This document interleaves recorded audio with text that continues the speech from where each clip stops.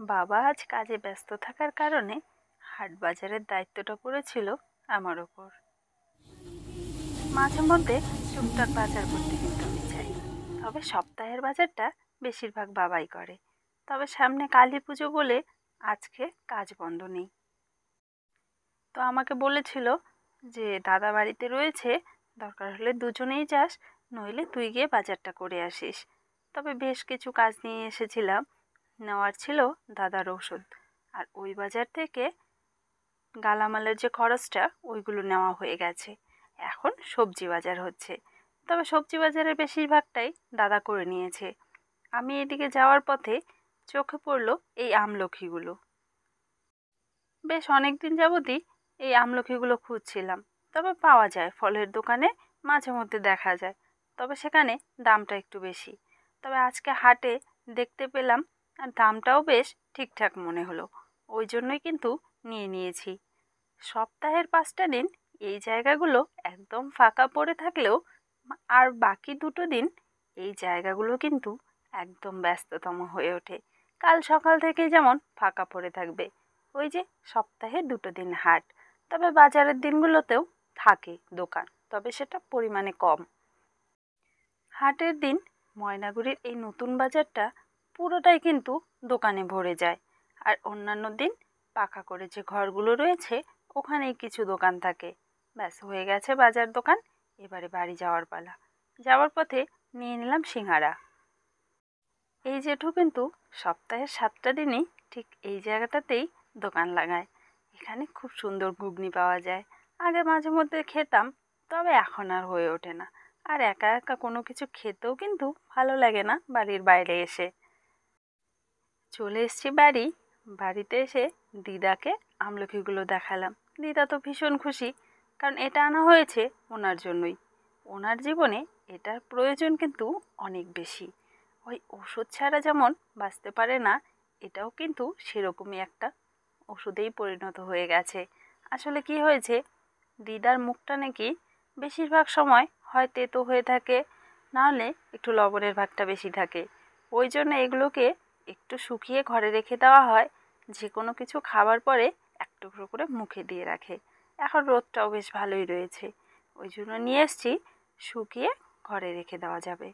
আর সবজির মধ্যে এখানে দাদা সুজি কচু নিয়ে এসছে, আনা হয়েছে একটা বাঁধাকপি, ওই মূলো, পটল, লেবু, কোয়াশ, বেগুন, এই তো অল্প করেই আনা হয়েছে, লাগলে আবার না হয় আনা যাবে।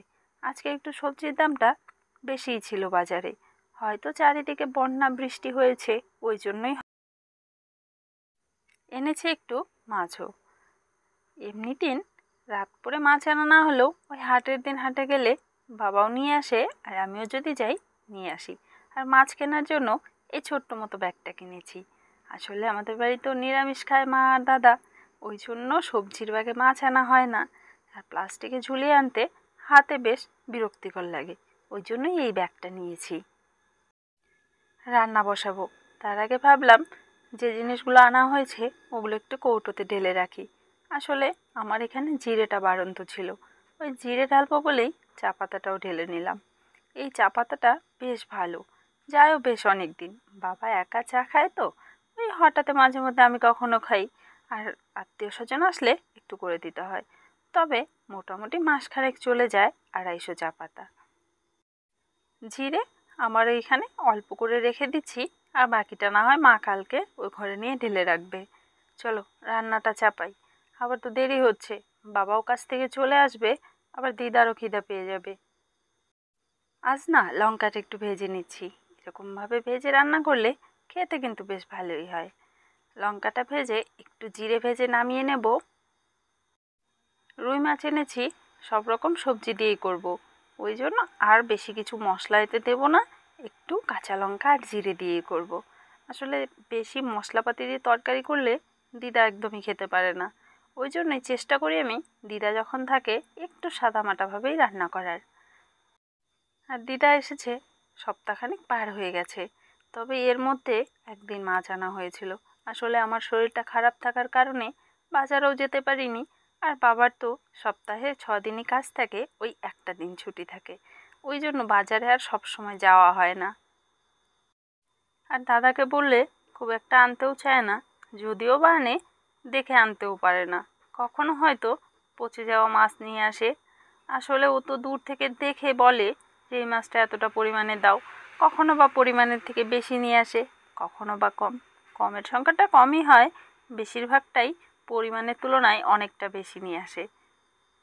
ওই জন্য ওকে খুব একটা মাছ মাংস আনতে বলা হয় না, যদি না একদম নিরুপায় হওয়া যায়। মাছ ভাজা হয়ে গেছে, এবারে তেলের ওপরে কয়েকটা জিরে ফোড়ন দিয়ে সবজিগুলো দিয়ে দেব। আজকে ওই যে বললাম নানান রকম সবজি দিয়েই করছি। দিয়েছি আলু, মূলো আর বেগুন। মূলো না দিলে সুজি কচুটা দেওয়া যেত, তবে মূলোর সাথে সুজি কচুটা আমার মনে হলো ঠিক ভালো লাগবে না, ওই জন্যই আর দিলাম না। তবে কিছুটা মাছ থাকবে, একবারে তো এতটা খাওয়া সম্ভব নয়। কালকে সকালে রান্না করব। এখন তো 3জন লোক খাবো, ওই অল্প করেই রান্না করব, কারণ খুব বেশি তরকারি রান্না করলে আর শেষ হয় না। আর সকালে যদি থেকে যায়, সকালে রান্না করা হয় না এই তরকারিটা শেষ হওয়ার আশায়। ওই জন্য অল্প করে করব, এই বেলায় খাবো, শেষ করে ফেলবো। সকালে আবার যে মাছটা থাকবে সেটা দিয়ে রান্না করে ফেলবো।